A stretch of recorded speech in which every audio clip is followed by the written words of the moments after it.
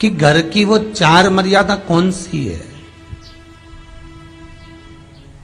जिस मर्यादा में नारी रहे तो उस घर में संपदा नहीं घटती, उस घर की संपदा को समाप्त नहीं किया जा सकता है। 4 मर्यादा माता लक्ष्मी, मां सरस्वती के सामने माता पार्वती जी से पूछ रही है। वो मर्यादा है कौन सी जिस मर्यादा के बल पर एक जो घर बसता है, घर जो बसाया जाता है, उस घर में सुख, सौभाग्य, संपदा, सत्ता, वैभव, प्रतिष्ठा, यश, कीर्ति, आरोग्यता, ये सब वहां रहे।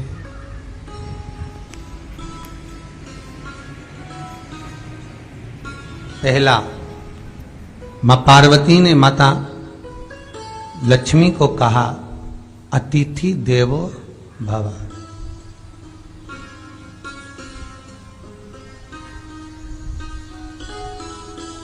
हमारे दरवाजे पर जब कोई अतिथि आए, हमारे दरवाजे पर कोई मेहमान आए, तो हम उसका आदर करें। परिवार के लोग जो आदर कर रहे हैं वो अपनी जगह पर है, भाई आदर कर रहा है वो अपनी जगह पर है, जेठ आदर कर रहा है वो अपनी जगह पर है, देवर मान सम्मान दे रहा है वो अपनी जगह पर है। पर सबसे पहला सम्मान घर की स्त्री को अतिथि का करना चाहिए।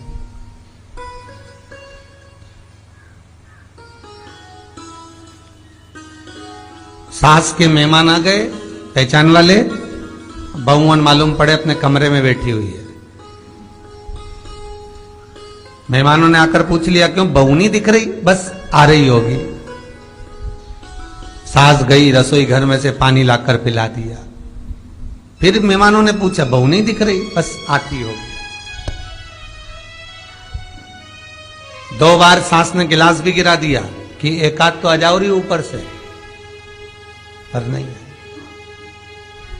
जब सास ने चाय रख दी और चाय रखकर सास फिर लेकर आई, तो बहुओं के मन में आया, चलो सास ने चाय बना दी है, खुशबू ऊपर आ गई है, अब चलते हैं। और बहू फिर नीचे आई। जो मौसी आई थी, काकी आई थी, बुआ आई थी, चाची आई थी, उनको प्रणाम करा और अंदर जाकर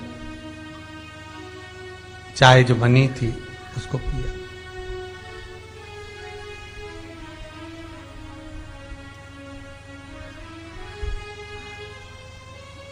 एक गरुड़ पुराण में लिखा है, 94 तरह के नरक में एक नरक है जो दरवाजे पर आए हुए अतिथि का सम्मान नहीं करता,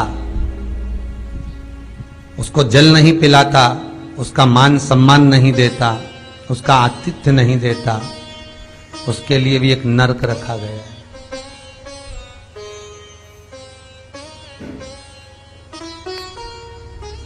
हजारों नरकों में एक नरक वो भी है जिसका हमने आतिथ्य ना करा हो।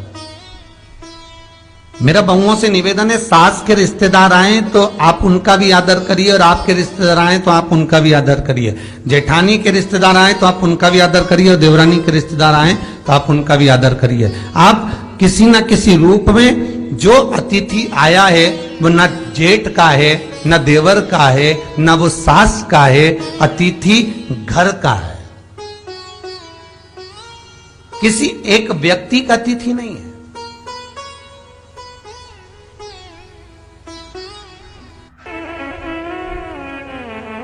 बड़ी बहू सोचे कि मैं घर की बड़ी, बड़े परिवार की, मेरे पास में बहुत धन दौलत, मैं काहे को गिनूं किसी मेहमान को।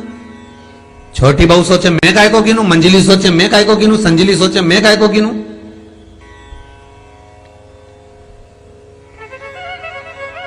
तुम्हारे माँ बाप आए, सास अगर तुम्हारे पिता से, तुम्हारी माता से बात ना करे, देवरानी बात ना करे, जेठानी बात ना करे, तो तुम्हें कैसा लगेगा कि तुम्हारे माँ बाप आए और किसी ने सम्मान नहीं करा। उसी तरह सास के रिश्तेदार आए, तुम सम्मान नहीं करोगी तो उसको कैसा लगेगा। फिर तुम्हारे घर के आए, वो सम्मान ना करे तो तुम्हें कैसा लगेगा। आतिथ्य, घर में कोई भी आए वो सबके लिए। दूसरा क्रम बताया, घर के दरवाजे पर जो तुलसी का पौधा होता है, जीवन में सबसे पहले अगर दुख आता है, तकलीफ आती है, कष्ट आता है, बीमारी आती है, रोग आता है, कोई बड़ा घटना घटने वाली होती है, कोई बड़ा कष्ट आने वाला होता है,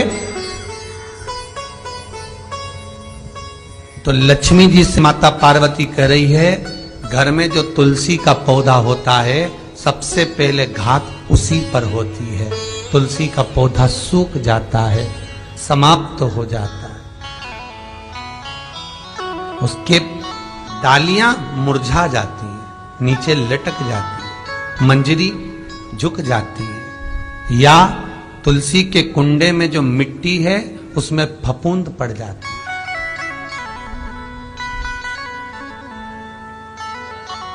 कितना सुंदर बात कही है महाराज।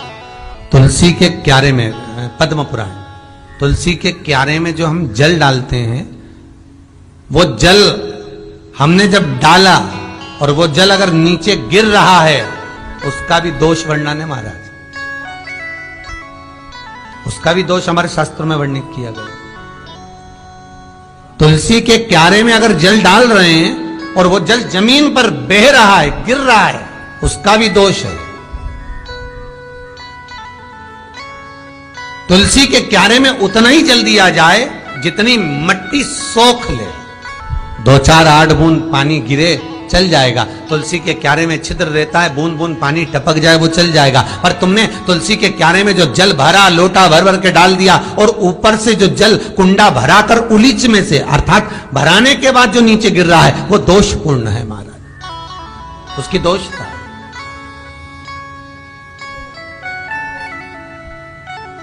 वो दोष देने वाला।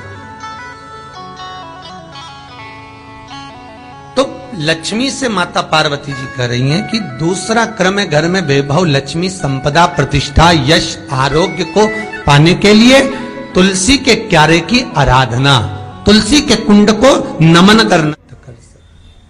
तीसरा क्रम कहा,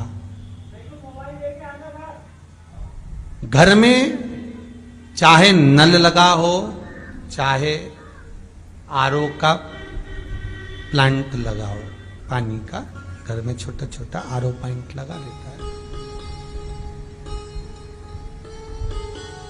फिर भी घर के अंदर रसोई घर में एक छोटा सा मटका, मटका नहीं तो हंडा, हंडा नहीं तो बाल्टी, बाल्टी नहीं तो कलसा, पानी का भरा हुआ जो नारी रखती है, दूसरे दिन उस पानी को बाहर ढोल कर फिर वापस धोकर भर लेती है। मटका रोज धुलता है, हंडा रोज धुलता है, प्रतिदिन का।